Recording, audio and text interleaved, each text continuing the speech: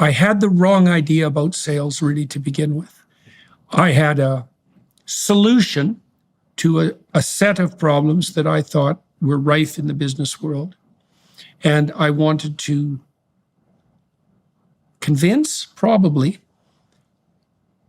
with evidence, that the solution I had developed was going to work, and it was a hiring solution.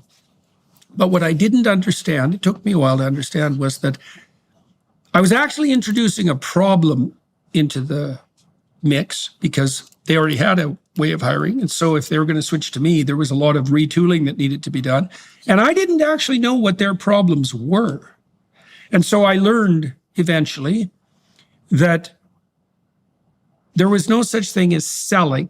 There was the establishment of a relationship and also the feeling out. It's like if you go talk to someone in a given company, it isn't necessarily the case that they're going to want what you're buying. You got to figure out what their problems are. And one of the things that's really cool about that too is that if you're entrepreneurially oriented and you've made a product and you go out and you try to sell it to 10 people and they don't buy it, but all 10 of them tell you about a different problem and all of them have it, you now know what your next product could be, at least in principle, because you know where the actual marketplace problem is. And I learned after that software designers, for example, who have a track record, if they're designing a new piece of software, they do it in collaboration with their customers.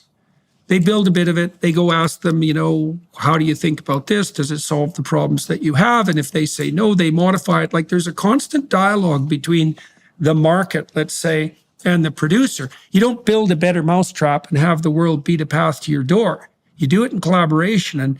And if you can get people to tell you their problems, then you can be the person who can work with them for a solution. And then they're going to be pretty damn happy when you show up for a sales call, right? So, and you talked earlier about iterability too, that you want to make sure that you've conducted the conversation so that the person would like it if the conversation happened again. And that's like the definition of a relationship. Like you have a relationship with someone with whom you would like to continue the conversation indefinitely. And the great salespeople, they're relationship managers, man. That's what they do. And they have their Rolodex full of the people they know, and they listen to them. They don't go sell them junk that doesn't work to rip them off to make a quick buck and vanish. That's what psychopaths do. And it's not a very good strategy.